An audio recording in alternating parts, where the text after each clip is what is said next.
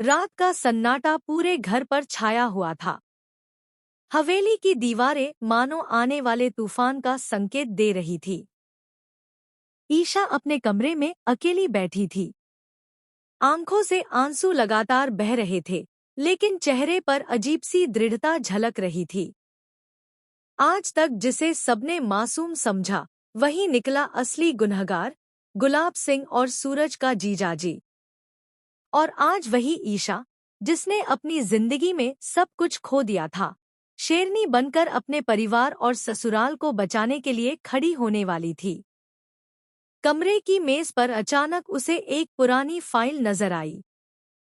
कांपते हाथों से उसने फाइल खोली और जैसे ही पन्ने पलटे, उसकी आंखों में गुस्से की ज्वाला भर उठी।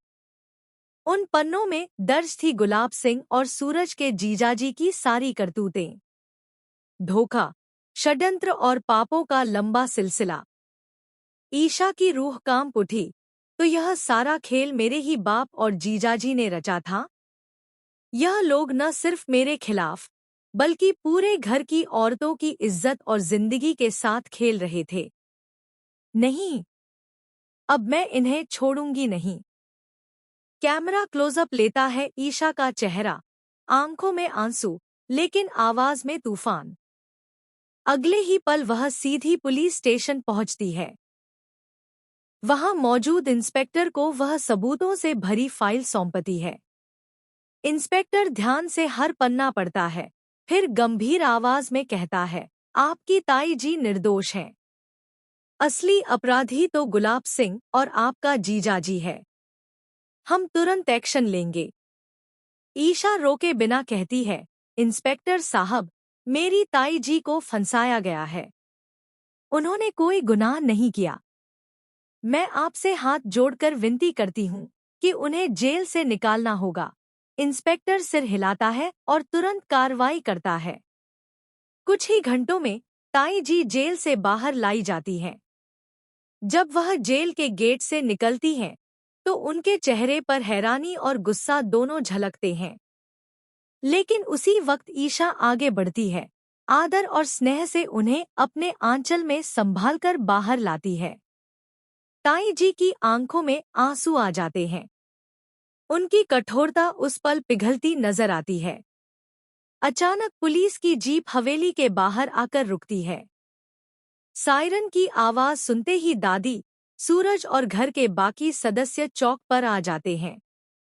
गुलाब सिंह गुस्से में चिल्लाते हैं, यह सब क्या हो रहा है? पुलिस मेरी हवेली पर क्यों आई है? तभी इंस्पेक्टर आगे बढ़ता है और सख्त लहजे में कहता है, गुलाब सिंह, आपको और आपके दामाद को गैरकानूनी काम करने और षड्यंत्र रचने के जुर्म में गिरफ्तार किया जाता है।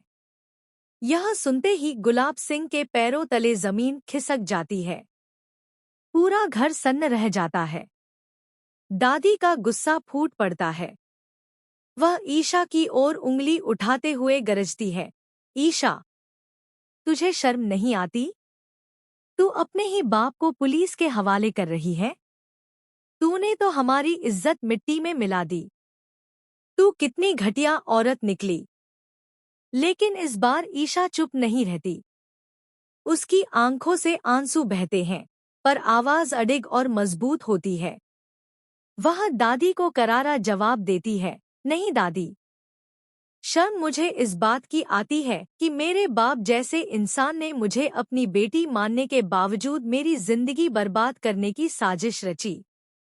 उन्होंने कितनी मासूम जिंदगियों को खतरे में डाल दिया। ऐसे इंसान को मैं बाप नहीं कह सकती। उन्होंने बाप कहलाने का हक खो दिया है। पूरा घर खामोश हो जाता है। पुलिस गुलाब सिंह और सूरज के जीजाजी को हथकड़ियां पहनाकर जीप में बैठाती है। गुलाब सिंह गुस्से से ईशा को घूरता है, लेकिन ईशा की आंखों में डर नहीं, सिर्फ हिम्मत चमकती है। जैसे ही पुलिस जीप रवाना होती है, ताई जी भारी कदम